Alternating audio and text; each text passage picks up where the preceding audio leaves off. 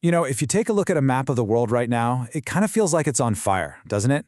You've got Russia and Ukraine, China putting pressure on Taiwan, the conflict in Gaza. It feels like there's something simmering just about everywhere. But here's the really weird part. For all this chaos, the world's biggest powers aren't actually at war with each other. Sure, the angry statements are flying back and forth, but that big red button, nobody's touching it. And that's what's so strange. In almost any other period of modern history, a situation like this would have already exploded into a massive global war. But it hasn't. And that's what's actually kind of unsettling. It's a paradox, right? And that's the big question we're going to dig into in this explainer. What on earth is going on here? Well, there's actually a name for this phenomenon we're all living through.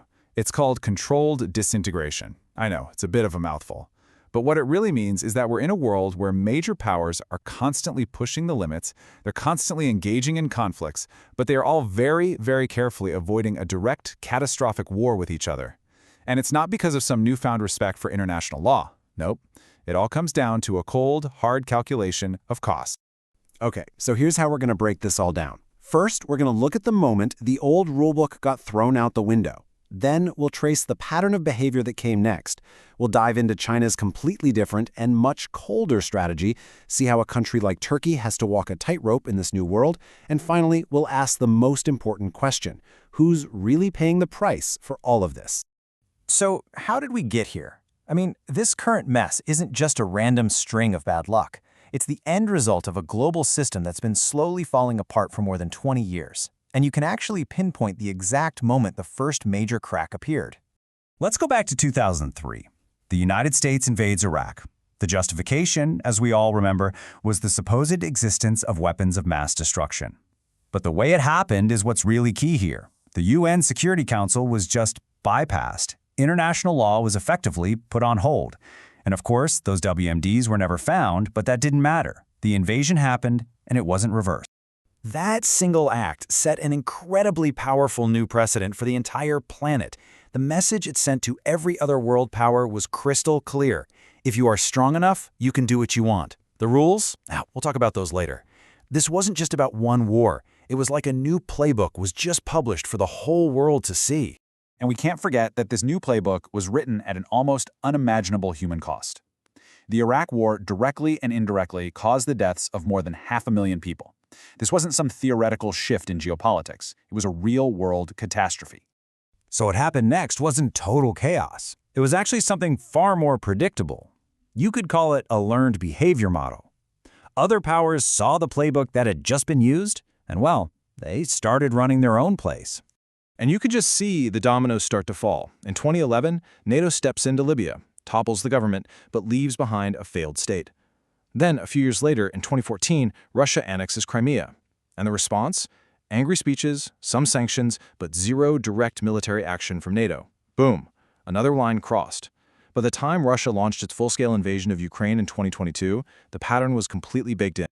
You can really see this cold logic at work if you just compare the responses to Ukraine and Gaza. In Ukraine, the West has poured in over $200 billion in aid, but not a single NATO soldier. The goal is what they call controlled attrition, basically weaken Russia, but not enough to risk a nuclear war. They even deliberately restrict the range of weapons they provide. Then you look at Gaza. The system allows a humanitarian disaster to unfold because a powerful ally, the US, uses its veto power to keep the system from breaking. In both cases, the real question being asked behind the scenes is, what's the acceptable cost here? Now, while Russia was busy fighting these very loud, very expensive, very hot wars, another global power was watching, taking notes, and coming up with a totally different approach. So let's talk about China's much, much colder war. See, China looked at the enormous price Russia was paying in blood, in treasure, in global standing, and basically said, no thank you. There's a smarter way. They ran the numbers on a direct invasion of Taiwan, factoring in a U.S. naval response, crippling global sanctions, the collapse of the world's microchip supply, and decided the cost was just way too high. So their whole strategy is about getting what they want without ever having to pay that price. So their strategy isn't really about conquest, it's more about constriction. It's like a boa constrictor. First, you apply relentless military pressure. You make violations of Taiwan's air defense zone a daily, routine thing. Second, you work on diplomatic isolation, picking off countries one by one that recognize Taiwan. And third, you create economic dependence. The goal is just to slowly, methodically squeeze Taiwan's room to maneuver until one day there are no options left. It's way more subtle than an invasion, and maybe way more effective. And this strategy isn't just about Taiwan. Take a look at Africa. In just the last 15 years, the amount of debt African nations owe to China has gone up by more than 10 times. This isn't just about money. It's about gaining leverage, influence, and hard assets. If you want a perfect textbook example of how this works, look at what happened with Sri Lanka's Hambantota port. The country couldn't pay back its Chinese loans, so what happened? The port was leased to a Chinese company for 99 years. Now, the border on the map didn't change one bit, but you can be sure the reality of sovereignty on the ground definitely did. It's an absolute masterclass in how to gain control without firing a single shot. Okay, so you've got these major powers, the US, Russia, China, all writing new rules for the world. But what's it like for a country that isn't one of the big three? A country that just has to navigate this new, dangerous world? Well, Turkey is a pretty fascinating case study of this high-stakes balancing act. Turkey is basically walking a diplomatic tightrope. I mean, think about it. As a member of NATO, it's an ally of the United States, but their relationship is constantly in crisis. It's an adversary to Russia in places like Syria and Libya, but their ties are never fully cut. And with China, they have a really important trade relationship, but they're also very cautious. They are, in short, playing all sides at the same time. And here's the thing that sums it all up. This strategy isn't driven by ideology. The question that guides Turkey's foreign policy isn't, am I doing the right thing? It's, can I afford the price of this action?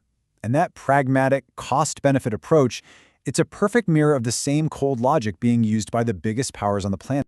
So this is where we are.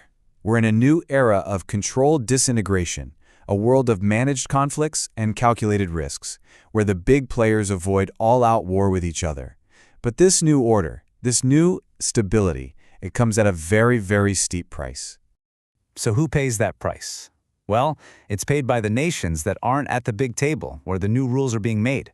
Countries like Ukraine, Gaza, Venezuela, Taiwan.